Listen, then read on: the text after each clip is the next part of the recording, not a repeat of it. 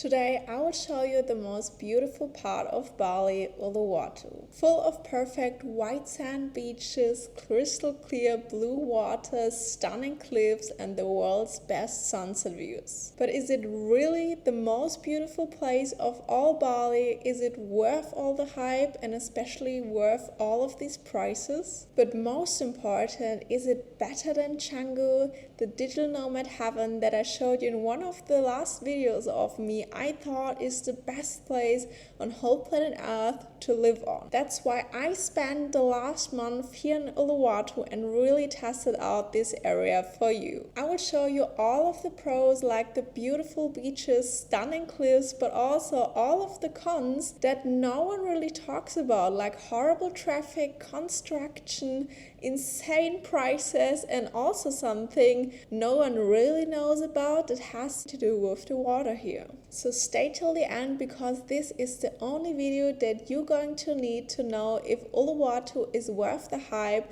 and especially if it's the best place to live on whole Bali compared to Canggu.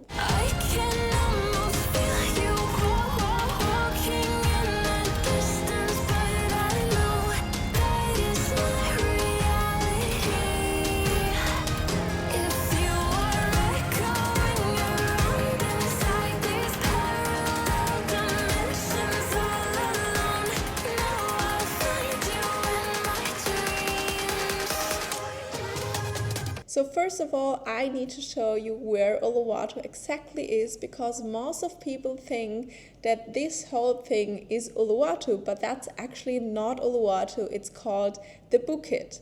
And the Bukit has a lot of areas, and one of them is Uluwatu. One very famous one is Nusa Dua, where a lot of luxury hotels are, but that's not really where we want to go because it's quite far from Uluwatu.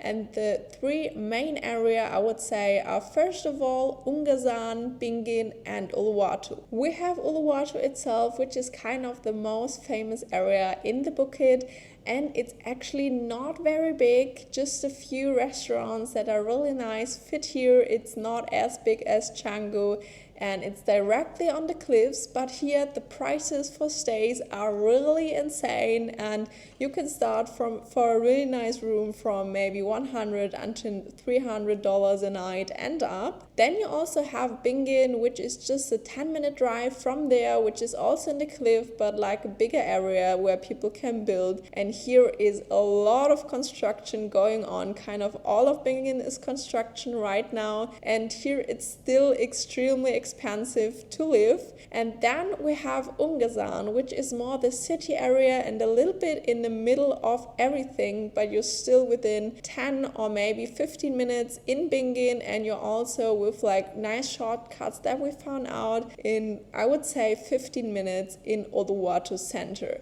And you're also not quite far from really nice beaches like Melasti, but still not too far away from the airport. But also the prices here are more affordable, even though you probably still pay 30 to 40% more than in Canggu, but you pay way less than in Uluwatu and maybe save up to 50% from Uluwatu prices, which is kind of crazy. And this area also has a lot of hotels above Bingin, which is connected with a shortcut and a quite big highway, but a lot of these hotels are kind of lost places, and the hotels that are still open are a little bit run down, and maybe the prices seem attractive to some people. We visited some of them, and I would not recommend you to stay in the hotels because, first of all, it's not really the Bali vibe, and it's definitely not the same as getting an Airbnb or guest house via Agoda booking and so on. So first we start with all of the pros of this area, because Uluwatu and the whole Bukit is actually a very, very beautiful place on whole Bali, and I would say also have the most beautiful beaches of all Bali. And I also made a whole video on all of the pros, like the beaches, sunset views and so on, where you need to go, also the best restaurants. So you definitely want to check out that video after this one. And first of all, the beaches here are really, really nice. That's the beaches that you kind of dream of. The white sand beach, crystal clear blue water, you can go in. It's not like Canggu where you have more gray or darker beaches and you don't really see through the water, but here it's really nice, especially Melasti Beach, which is my all-time favorite beach of Uluwatu, because you can even go in at low tide. You have so nice sand, you have really crystal clear blue water, you also don't have that big waves, and you can always rent like a sunbed and umbrella, and also can go into beach clubs if you want to. So that's a really nice beach, and that's also one thing that sadly Canggu can't really compare with, because Canggu just simply doesn't have white beaches. Also, I have to say that the cliffs here in Uluwatu are so stunning, especially when you're at Melasti Beach. You see this huge cliff going up right next to you, also behind you, with lots of greenery, and it's so beautiful. Also, when you stand up on the cliff, there's one famous sunset spot, which is the Karang Boma Cliff, where you can just go and you have this cliff hanging off and you see the beautiful sunset there and look like 70-100 meters down into the ocean. It's super beautiful to stand there, and it's definitely very impressive. Also, the cliffs are a very good sunset spot, I have to say. There are like a lot of beach cliff day clubs where you can beautiful watch the sunset. You have lots of restaurants in the cliffs in Bingin or also in Uluwatu, where they just build kind of into the rock, and you can just sit there and watch the sun go down in the cliff, and you also see the ocean, and it looks really beautiful. You can also go to, for example, Dreamland Beach, which is also one of my favorite sunset beach spots here in Uluwatu, and it's so beautiful to just sit there in white sand beach and just kind of watch the sunset going down, and it's really a vibe here also to go out for sunset. And I have to say that in Canggu it's also very nice to watch sunsets there, especially on the beach. You do beach walks, and you also have lots of restaurants facing directly the sunset, but I would say here you have even way more restaurants facing the sunset, and I have to say the beach and the cliff look way more stunning than in Canggu. If you like the value that you're getting out of this video, please help me out, like and subscribe to help this channel grow. But one thing that Canggu definitely has a big plus point is walking on the beach, because in Canggu it's actually a kind of a cultural thing that you go to morning beach walks or sunset walks and just walk at the beach and just fulfill your 10,000 steps. There are also running groups that run at like 6 a.m. on the beach or in the rice fields, and here you don't really have that much, because you can't really walk on the beaches because you sank in. But in general in Uluwatu it's not so easy to get your steps out of the gym, because there are just not so many beautiful places where you can really walk. One point that both places actually are very good at is surfing, and I would say Canggu is more for beginner surfer, because you can like learn all of this at a lot of surf spots. Here in Uluwatu you just have the Padang Beach, which is for beginner, but the rest of the surf spots are kind of for more intimidated surfers, and it is also a very big surf vibe and surf community here. One con of Uluwatu I definitely have to mention is the gym scene here. It probably won't affect you that much if you're just traveling, but if you want to live here long term, it's definitely a thing that they don't have that nice gyms as in Canggu. I mean, you have nice gyms that are like very good equipped, but they don't really have a recovery area, and you still pay kind of a lot of money for that. And there's one gym which is called the Muscle Beach Club in Ongazan, which is a gym with AC and also has a recovery area with sauna, pool and cold plunge, and is also way cheaper than in Canggu when you compare the prices. But still, the gyms don't really compare yet to the Canggu area, and it's harder to find a really nice one that you're happy with. But one pro that I definitely have to mention here in Uluwatu are the restaurants. First of all, I was a little bit worried if the restaurants can really compete with Canggu, because Canggu is kind of the food heaven of all of Bali, and I have to say that here are still so many super nice restaurants. Also, a plus point is that kind of a lot of restaurants still have the sunset view if they're into the cliffs or like on top of the cliffs, so that's really nice. And I also covered the top 7 restaurants of every area here in Uluwatu Uluwatu, Bingin and Ungsan in my other video of Uluwatu, and there are so many nice options to choose from. But still, Uluwatu is not as developed as Canggu yet. Canggu definitely has way more vegan options and also way more restaurants because it's just bigger and so many more people live there. But still, Uluwatu can definitely compete and have so many nice restaurants to offer. The rent is one thing that I have to commit is very difficult here in Uluwatu, Bingin and Ungsan because people on vacation are probably okay to pay $100 a night, $200 a night, $300-$400 a night depending on what you really want. But for staying here long term and having just one hotel guest room and paying like $3,000-$4,000 a month is not really an option for me if you want to stay long term and live here and also work from home.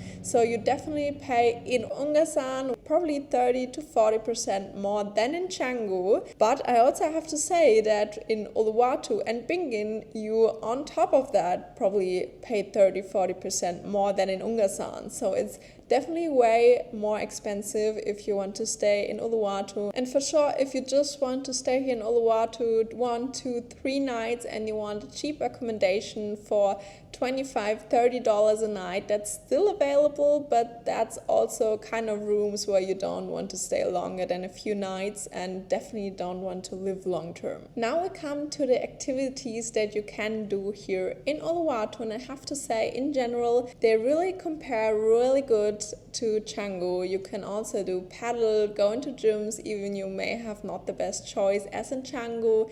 You can go to yoga classes and so on. You can even play golf here. So there's a lot of things to do. You can do paragliding, and for sure you can go more often to the beach and do surfing if you're already advanced. So that's really nice, and it can really compete in most of the parts with Canggu. So now I still have to mention some quite big cons depending on how important it is that you definitely have to consider before moving here and also when comparing it to Canggu. So I already covered rent, the walking situation and gyms, and I also have to cover the construction situation because especially in Bingin and in Uluwatu you have so much construction, and some people already say in Canggu is a lot of construction, but believe me, it's nothing compared to Uluwatu and Bingin. Like Bingin, almost every second house is under construction right now because the whole area is in the upcoming, and this may be completely different in maybe 2 or 3 years when all of the construction is finished, but right now it's still a big problem. And one problem that also comes with this is the bad traffic, the air pollution, because all of the trucks that needs to go to those constructions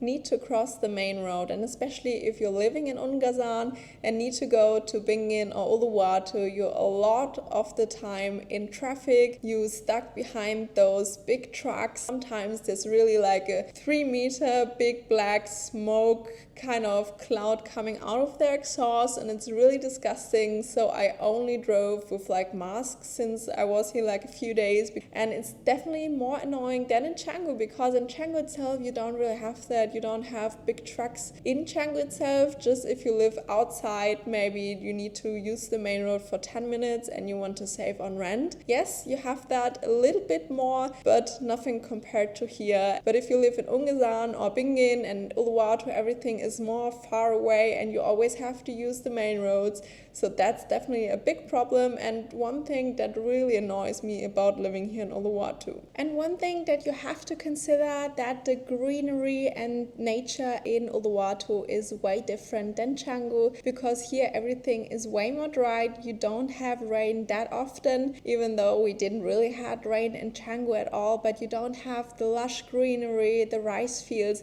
Everything is more dry, and you definitely notice that. And also one thing just very few people know is that Uluwatu is in general not connected to the proper water system of Bali because it's built completely on rock, so they can't really, or at least don't want to put the water pipes in the ground because it's probably a lot of effort. So there are even more trucks driving on those roads because they're always big water trucks that need to transport the water to the houses, and every house has a big tank to fill up their water. But if you're just just traveling here for maybe a few weeks or a few days, that's not really a thing that you notice that much. It's just normal. But when you're a house owner here or considering living here long term, that's definitely more effort, and you also have to think about what if ever a water crisis would come to Bali. Uluwatu is probably the last place you would want to stay here in Bali. You are also quite far from everything else in Bali, because from here, Uluwatu to Canggu, you probably have to drive about 1.5 hours if it's good traffic and you're on the road with a bike, or even 2 or 2.5 hours if you're in a car and there's like bad traffic. So it's quite far. Also from Ubud and all of north of Bali, you're quite far away. You're still relatively close to the airport, so I would say maybe 40 minutes, but in general to the rest of Bali, you're kind of really off the side. And one thing that you also notice, and is kind of the last con I have for Uluwatu, is the community and co-working here. So you definitely have a lot of expats, a lot of digital nomads here,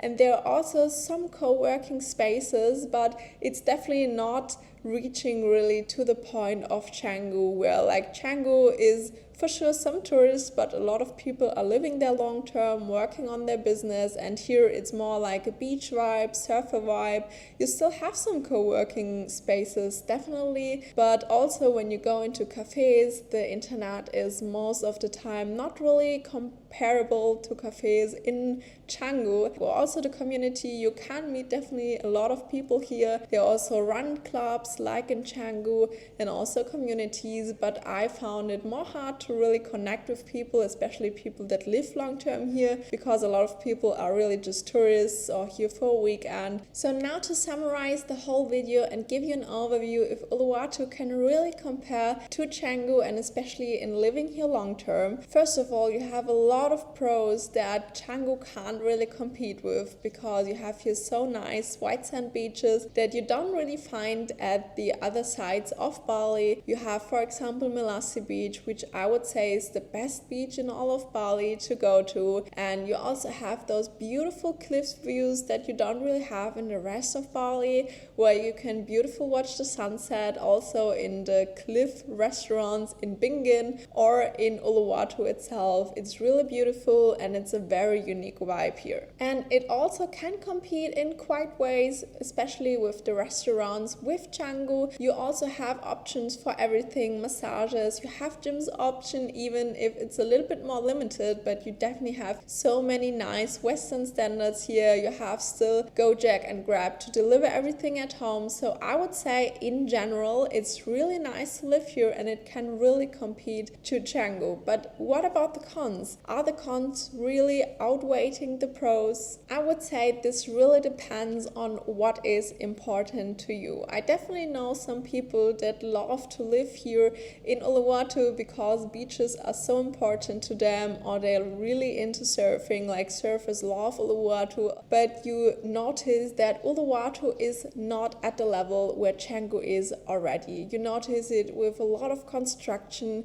you notice it with all of the trucks on the road, a lot of traffic, the distance is just more far away. Is it important to you to meet a lot of digital nomads and have a big community, great co-working spaces, also a beach to walk on to get your steps in? So I personally would love to come to Uluwatu every while, like for 2-3 days, or make like a beach vacation. So I think for that Uluwatu is quite perfect. But I think in a few years, maybe 2 to 3 years, where most of the construction is maybe already done, Bingin and Uluwatu and Ungasan can be a really good place, especially if the prices of the rent maybe come down a little bit, especially if you want to live very close to the most beautiful beaches of all of Bali. Thank you so much for liking and subscribing. Definitely check out my last video about Uluwatu, where I show you the most beautiful beaches, restaurants, sunset spots, and so much more that you need to check out when you're here. And I'll see you in one of my next videos where I show you the most beautiful places on earth.